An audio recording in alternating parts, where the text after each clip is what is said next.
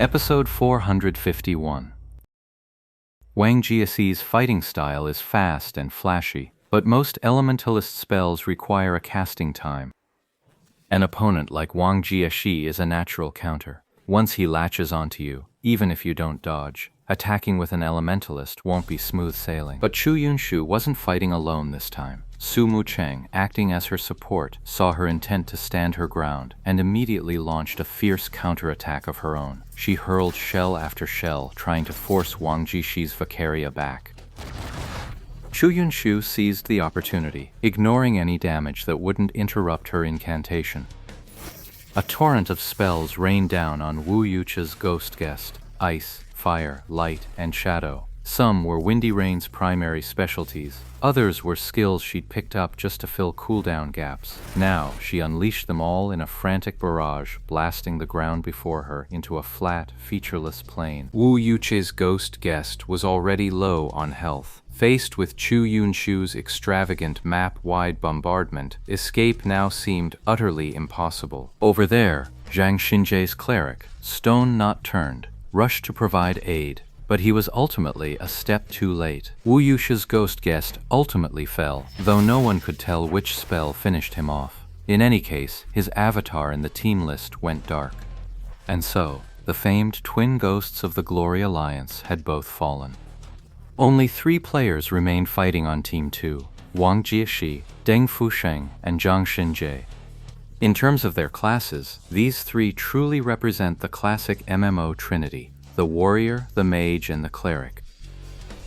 While this classic trio truly shines in PvE, it's also the most balanced setup for PvP.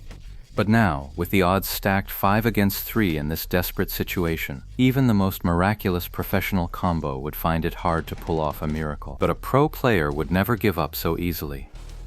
The biggest flaw in Team 1 is the lack of a healer. Any damage they take in a fight is permanent.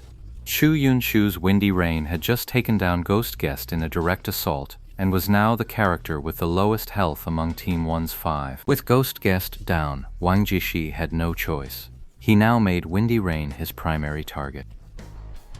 Chu Yunshu had been far too extravagant just moments before. Now, most of her spells were still on cooldown, her health was low, and her defenses were paper thin. In a one-on-one fight, Wang Jiaxi would have taken her down in under 30 seconds. But unfortunately, Chu Yunshu wasn't alone. She had 4 teammates with her. Wang Jiaxi knew he had to target her, but her 4 teammates knew it just as well. In their frantic rush to rescue her, Deng Fusheng and Zhang Xinjie were both momentarily forgotten.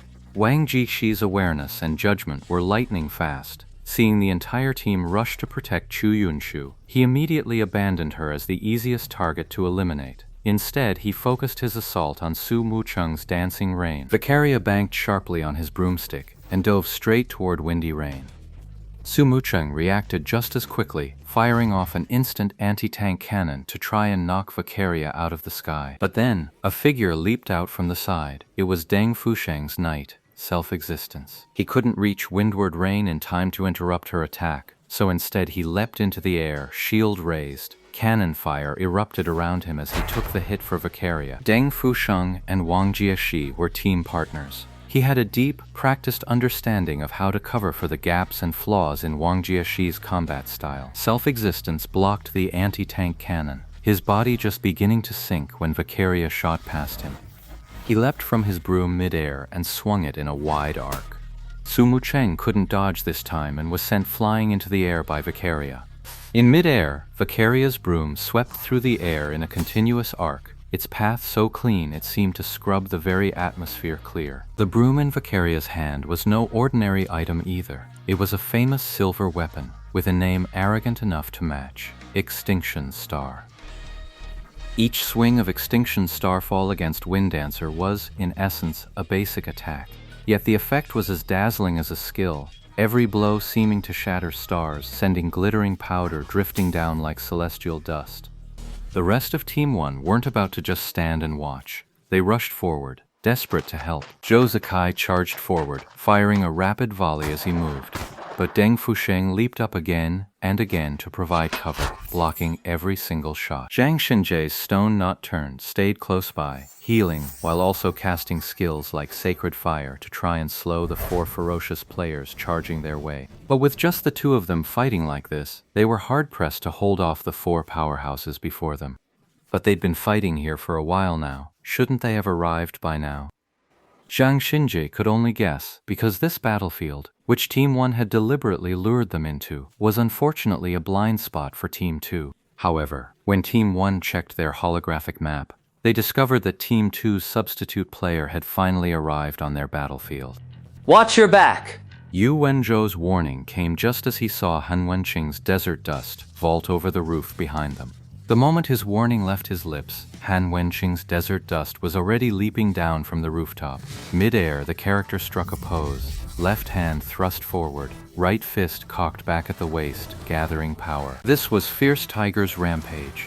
Just from that opening stance, everyone already knew what move Desert Dust was about to unleash. This was the Striker's level 70 ultimate, Raging Tiger. As the fist shot forward, a tiger's roar accompanied the blow in the shot, and a hazy, roaring tiger-like totem appeared behind Desert Dust.